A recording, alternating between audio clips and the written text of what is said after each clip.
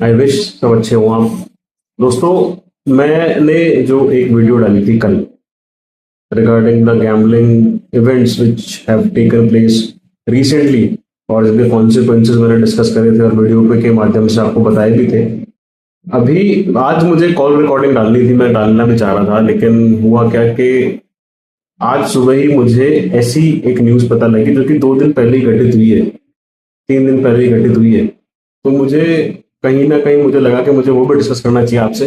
मेरा एक मेन उद्देश्य ये भी रहेगा इस चैनल के माध्यम से, जो भी गैम्बलिंग न्यूज़ आएंगी जिनको मुझे लगता है कि लोगों तक पहुंचना ज़रूरी है, लोगों तक पहुंचना चाहिए, वो मैं आपको डेफिनेटली बताऊंगा। और मैं उस पर आप लोगों का सपोर्ट भी चाहूंगा, लाइक्स के माध्यम से, हाइप के माध्यम से और वीडियो शेयर के माध्यम से। प्लीज़ इसमें मेरा आप सपोर्ट करिएगा। एक ऐसी दर्दनाक इंसिडेंस हुआ है अभी 3 दिन पहले, जिसमें एक एनआईटी कुरुक्षेत्र के छात्र ने फंदा लगा गया है। मैं आपको बताता हूँ, देखो। ऑनलाइन गेमिंग में फंसे एनआईटी इंजीनियरिंग स्टूडेंट ने किया सुसाइड। दोस्तों से उधार लेकर पैसे लगाए, नोटबुक में लिखा हिसाब, पिता बोले कई बार रकम चुकाई। हरियाणा के national institute of technology Kurukshetra से इंजीनियरिंग कर रहे स्टूडेंट पवन कुमार के सुसाइड केस में चौंकाने वाला खुलासा हुआ है। पुलिस की जांच में सामने आया कि पवन को ऑनलाइन गेमिंग का चस्का था। वह काफी समय से स्टेक नाम के ऑनलाइन गेमिंग ऐप पे पैसे लगाता था। इसके लिए उसने अपने दोस्तों से पैसे उधार लिए थे। रुपए हारने के बाद उसके दोस्त ब्याज सहित रुपए वापस करने का दबाव बना रहे थे। पुलिस को पवन के कमरे से नोटबुक और सुसाइड नोट भी मिला है। नोटबुक में खर्च का हिसाब किताब लिखा हुआ है। हालांकि परिवार ने ऑनलाइन गेमिंग की बात से इनकार किया है, मगर दोस्तों के रुपए के लिए दबाव बनाने की शिकायत उन्होंने पुलिस से जरूर की। चचेरे भाई का तो यहाँ तक कहना है कि उसके चाचा ने पवन के कुछ दोस्तों को रुपए वापस भी किए थे। साथ ही चेताया भी था कि भविष्य में पवन को रुपए ना दें। फिलहाल पुलिस इस मामले में गहनता से जांच कर रही है। जिला नूंह के घासेड़ा गांव का रहने वाला पवन कुमार 22 साल एनआईटी कुरुक्षेत्र के हॉस्टल नंबर 8 ब्लॉक सी कमरा 452 में अकेला रहता था। पवन एनआईटी से बीटेक इलेक्ट्रिकल इंजीनियरिंग के तीसरे साल में पढ़ रहा था। मंगलवार यानी 31 मार्च की शाम करीब 7 बजे पवन का शव उसके हॉस्टल के कमरे में फंदे से लटका मिला था। पुलिस इस मामले में जांच कर रही है।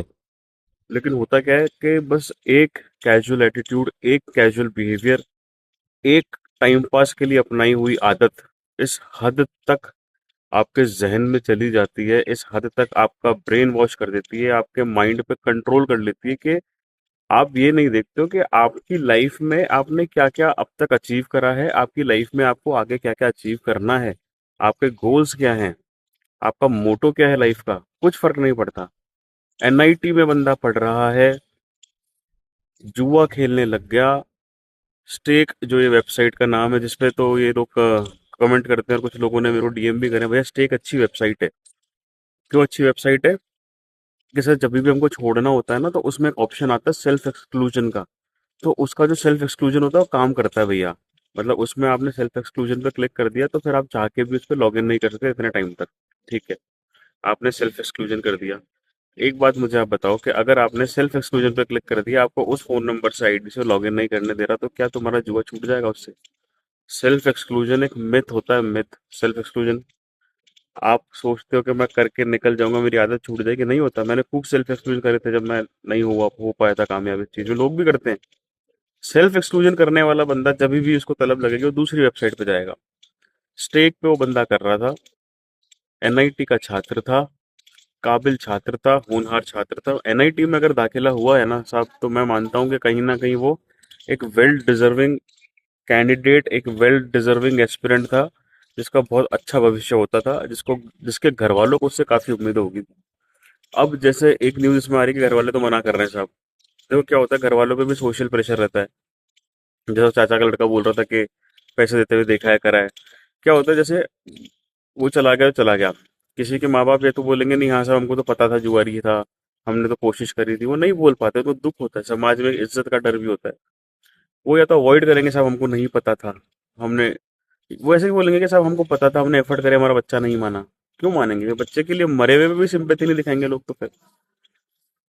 माँ बाप का काम ही यही है कि साहब अगर नहीं हो पाया तो बोल देंगे कि साहब हमको नहीं पता था, या हाँ हमने ट्राई करा था नहीं हो पाया था, लेकिन वो मेजर कंसर्न नहीं है। पेरेंट्स का रोल यहाँ पे जरूरी नहीं है। रोल होता है, मुझे लगता है, इस चीज को छोड़ने में इंडिविजुअल का। आप इस चीज को कमतर आंकोगे, ये आपके घर में घुस के आपके घर परिवार को खा जाएगी आदत, और खाई गई ना। देखो वही कल जो मैंने एक वीडियो डाली थी उसमें 21 साल के बच्चे की बात थी, आज जो मैंने वीडियो डाली है, जो डाल रहा हूँ, जैसे 22 साल के बच्चे की बात है। Age is not a number when it comes to gambling. It doesn't spare a minor, a minnow, or an edged. Doesn't differentiate. कुछ फर्क नहीं पड़ता उसका, बच्चे हो, बूढ़े हो, जवान हो। आप इसमें एक बात और ध्यान रखना साहब। तुम सोचते हो कि कम उम्र के बच्चे खेल रहे हैं तो ही हो रहा है, नहीं। कम उम्र के बच्चे ल्यूक्रेटिव ज्यादा हो जाते हैं इसके प्रति, थोड़े डेविएट ज्यादा हो जाते हैं। लेकिन किसी को आदत है, तो मैंने साहब 54 साल के आदमी से भी बात कर ली है। वो आदमी पैसे वाला आदमी, करोड़पति आदमी है। पता है क्या करता है वो अपने साथ 5,000 रुपए दे के एक बंदे को रखता है। 5,000 रुपए किस चीज के? पर डे के। जब भी जुआ खेलता है एक लिमिट बता देता है कि इस लिमिट से ज्यादा मुझे खेलने मत देना, अगर 5,000 रुपए दूंगा मेरा फोन ले लेना। उसको रुपए देता है क्योंकि उसको पता है कि मैं रुक नहीं पाऊंगा। 54 साल का इंसान है, करोड़पति आदमी है, तो ठीक है, वो ऐसी लग्जरी अफोर्ड भी कर सकते हैं। अपन नहीं कर सकते और अपन को करनी भी नहीं है। इससे दूरी बना लो मेरे दोस्तों। जो लोग, एक बात और ध्यान रखना, ये मैं बोल भी चुका हूँ बहुत बार, जो इंसान तुम्हें ब्याज पे पैसे दे रहा है उसको तुम एक साहूकारी मानना, उसको कभी अपना दोस्त मत मानना। क्योंकि अगर वो दोस्त होगा तुम्हारा तो तुमको ब्याज पे पैसे नहीं देगा। आप समझो इस चीज को। वो बोल रहा था उसमें कि दोस्तों से ब्याज पे पैसे लिए, फिर दोस्तों ने एफर्ट करने लग गए, प्रेशर करने लग गए। साला तुमको शर्म नहीं आई? तुम दोस्त हो, तुम ब्याज पे पैसे देते हो, थू तुम्हारे जीवन पे यार। फिर क्या फर्क हुआ तुम्हारे भी और मनी लेंडर्स में, या फिर एनबीएफसी वाले जो लूट रहे हैं लोगों को? दोस्त होकर दूसरे ब्याज लेना, मुझे लगता है कि वो दोस्ती कहलाने लायक नहीं होती। वो बिजनेस होता है एक तरह का, दो जनों के बीच में जो कैरी ऑन होता है।